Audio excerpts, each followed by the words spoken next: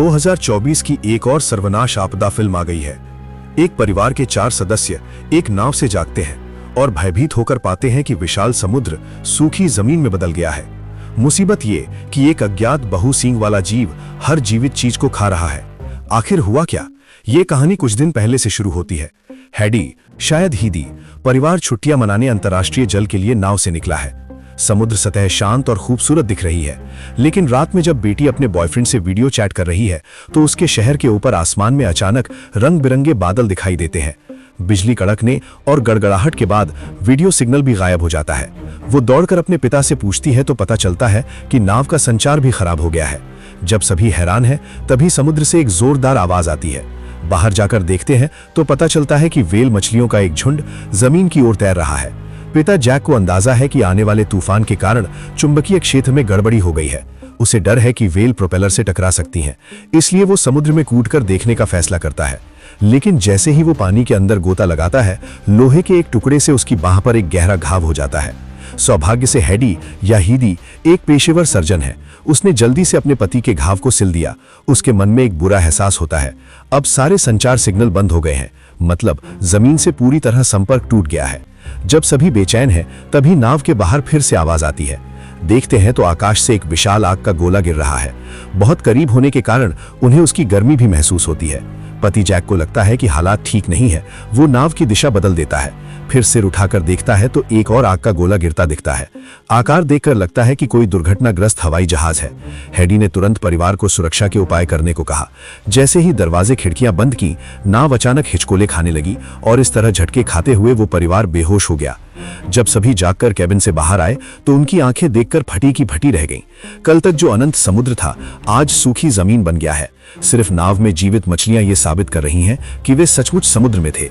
Jack ने तुरंत नक्शा निकाला, अपनी वर्तमान स्थिति जानने की कोशिश की, लेकिन कंपास शायद खराब हो गया है। वे पूरी तरह यहाँ फंस गए हैं। हैडी के पास ये सोचने की फुर्सत नहीं है कि पानी कहाँ गया, क्योंकि नाव में खाना सिर्फ 2 दिन के लिए है। उन्हें पहले जीवित रहने की समस्या से निपटना होगा। जैक लगातार रेडियो से संपर्क करने की कोशिश करता है। बेटा तो और भी आगे निकल गया। उसने हाइड्रोजन गुब्बारे से आसपास के लोगों का ध्यान आकर्षित करने की कोशिश की। क्या उसने कभी सोचा कि ऐसा करने से बुरे लोगों का ध्यान नहीं जा सकता? सौभाग्य से जैक का रेडियो आखिरकार एक बचे हुए व्यक्ति से जुड़ गया। वो व्यक्ति एक निजी अनुसंधान संस्थान से है। उसका नाम बेला है। उसका अनुमान है कि पृथ्वी के चुंबकीय क्षेत्र के उलट होने के कारण सारा समुद्री पानी अंदरूनी इलाकों में चला गया है। हालांकि ये घटना कुछ दिनों से ज्यादा नहीं टिकेगी, फिर पानी वापस लौट आएगा। ये जानकर कि बेला के पास एक पनडुब्बी है और वो 3 लोगों को ले जा सकती है, जैक ने फैसला किया कि दोनों बच्चों को वहां भेज दिया जाए। मौजूदा हालात में उनमें से एक भी जीवित बच जाए तो लाभ ही है। एक रात के आराम के बाद हैडी परिवार ने खाना पैक किया और चलने के लिए तैयार हुआ। तभी दूर से एक कुत्ते वाला आदमी आता दिखाई दिया। जैक ने देखा तो तुरंत उसकी ओर बढ़ा और दयावश उसे पानी का एक कंटेनर दिया, लेकिन उस आदमी ने एहसान फरामोशी की। उसी कंटेनर से जैक को मार गिराया। हैडी बचाने के लिए दौड़ी, लेकिन तब तक देर हो चुकी थी। उस दुष्ट ने अपना बनाया हुआ भाला उठाया और बिना किसी हिचकिचाहट के जैक को मार डाला। हैडी ने हालात बिगड़ते देख तुरंत नाव की ओर भागी। सौभाग्य से आया हुआ भाला सिर्फ उसकी बाह को छू कर निकल गया। उसने जल्दी से बच्चों को दरवाजे खिड़कियां बंद करने को कहा, लेकिन यह साधारण सुरक्षा उस क्रूर डाकू को कैसे रोक सकती थी? हैडी ने बच्चों को एक लकड़ी के बक्से में छिपा दिया और खुद नाव के निचले हिस्से में भाग गई। वो आदमी दरवाजा तोड़कर अंदर आया। पहले उसने जल्दी से पेट भर खाना खाया, फिर आराम से चारों ओर तलाशी लेनी शुरू की। हैडी एक छेद से चुपके से नाव के बाहर निकल गई, लेकिन उस आदमी के कुत्ते से सामना हो गया। जल्दबाजी में उसने चाकू निकालकर कुत्ते के पेट में घोंप दिया। डाकू ने आवाज सुनी तो बाहर देखने आया। हैडी को उससे लुका छिपी खेलनी पड़ी। एक बड़ा चक्कर लगाकर वो नाव में लौटी, लेकिन डाकू ने उसे रास्ते में ही रोक लिया। अचानक हुए हमले में हैडी जल्द ही जमीन पर गिर गई। सौभाग्य से खतरे के समय अलमारी में छिपी बेटी ने सिग्नल गन निकाल ली। डाकू के पेट में गोली लगी और वो कई बार लुढ़क गया। साथ ही नाव में भी भीषण आग लग गई। हैडी ने जल्दी से बच्चों को वहां से निकलने को कहा। वो रसोई से कुछ खाना लेना चाहती थी, लेकिन आग बहुत भयंकर थी। सिर्फ एक पैकेट पानी ले पाई। मरते हुए जैक को देखकर लड़के के मन में अपार पश्चाताप हुआ। वो डाकू जरूर उसके हाइड्रोजन गुब्बारे की वजह से आया होगा। हैडी के पास दुख मनाने का भी समय नहीं था, क्योंकि वो डाकू मरा नहीं था। उसने मजबूरी में दोनों बच्चों का हाथ पकड़कर वहां से भागने को कहा। जलती हुई नाव में जल्द ही भीषण धमाका हुआ। हैडी परिवार के पास अब कोई पीछे हटने का रास्ता नहीं बचा। वे बंजर जमीन पर चलते गए, लेकिन पाया कि वो डाकू लगातार पीछे ही चला आ रहा है। बीच में खाने लायक जानवर मिलने पर भी उनके पास उसे संभालने का समय नहीं था। हेडी का मन बेचैन और गुस्से से भर गया। यहाँ का इलाका एकदम सपाट था, छिपने या घूमकर निकलने की कोई जगह नहीं थी।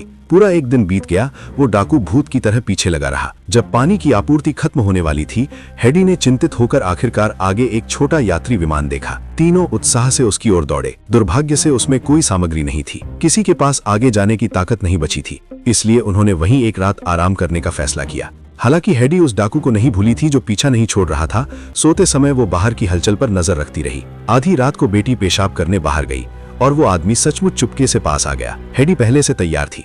पीछे से आकर उसने चाकू से बार बार वार किया। लगता था जैसे सारा गुस्सा तेज धार वाले ब्लेड पर उतार रही हो। जब तक बेटी ने उसे रोका, हेडी को पता नहीं चला कि डाकू तो बहुत पहले ही मर चुका था। इस मन की बड़ी चिंता को दूर करके तीनों सो गए। अगले दिन जागने पर डाकू का शरीर धुंधला सा दिख रहा था, मानो किसी चीज ने खा लिया हो। हेडी के मन में बुरा एहसास हुआ। उसने बच्चों को जल्दी से वहां से निकलने को कहा। किसी ने ध्यान नहीं दिया कि शव से कुछ केकड़े निकले थे। हेडी ने शोधकर्ता द्वारा दिए गए निर्देशांक निकाले। देखने पर लगा कि दूरी ज्यादा नहीं है। वो बच्चों को आगे बढ़ने को कहने ही वाली थी कि बेटा प्यास से बेहाल होकर एक पानी के गड्ढे में मुंह डालकर पीने लगा। हेडी दौड़कर उसे रोकने पहुंची। तुम ऐसे करोगे तो और जल्दी मरोगे। ये तो छोड़ो कि गड्ढा प्रदूषित है या नहीं, इस तरह का खारा पानी शरीर पर भारी बोझ डालेगा। जैसा अनुमान था, जल्द ही बेटे की हालत और कमजोर हो गई। हेडी ने फीके हुए टेबल कुर्सियों से एक अस्थायी आश्रय बनाया और उसे एक सिरिंज दवा लगा दी। लगता था कि आज रात यहीं गुजारनी होगी।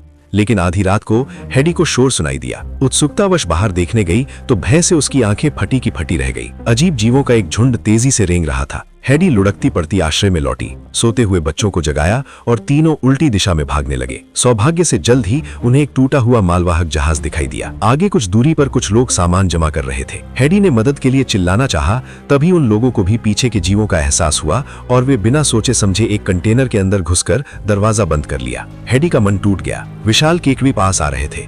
उसने बच्चों को लेकर कंटेनर की छत पर चढ़ने का फैसला किया, लेकिन उन केकड़ों ने एक छेद से कंटेनर के अंदर घुसना शुरू कर दिया। तीनों कांपने लगे।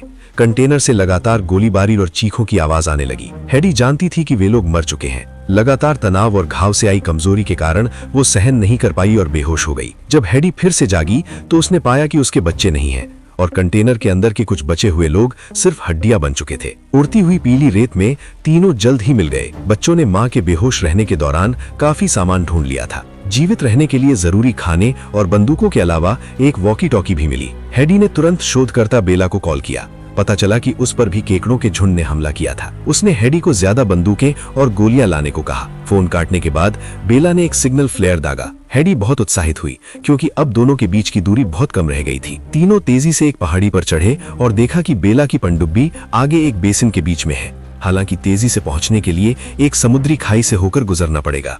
हेडी ने बच्चों को चुपचाप रहने को कहा, कहीं उन भयानक केकड़ों का ध्यान न आ जाए। लेकिन निकास के पास पहुंचते ही पहाड़ी से कई विशाल पत्थर लुढ़कने लगे। हेडी ने जोर से बच्चों को धकेला, लेकिन खुद खाई के अंदर फंस गई। बीच में लुढ़के पत्थर जीवन मृत्यु का दरवाजा बन गए। हेडी ने रोते हुए बच्चों को वहां से जल्दी निकल जाने को कहा, क्योंकि पनडुब्बी में सिर्फ 3 लोगों की जगह थी। वो बच भी जाती तो जीवित नहीं रह पाती। बेटी जानती थी कि अब भावुक होने का समय नहीं है।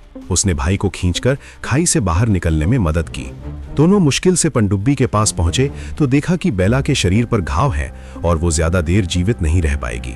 बेटी के मन में एक विचार आया। भाई के रोकने के बावजूद वो फिर से उसी खाई में लौट गई। संयोग से हेडी उस समय बड़ी संख्या में केकड़ों से घिरी हुई थी। उसकी गोलियां खत्म होने वाली थीं।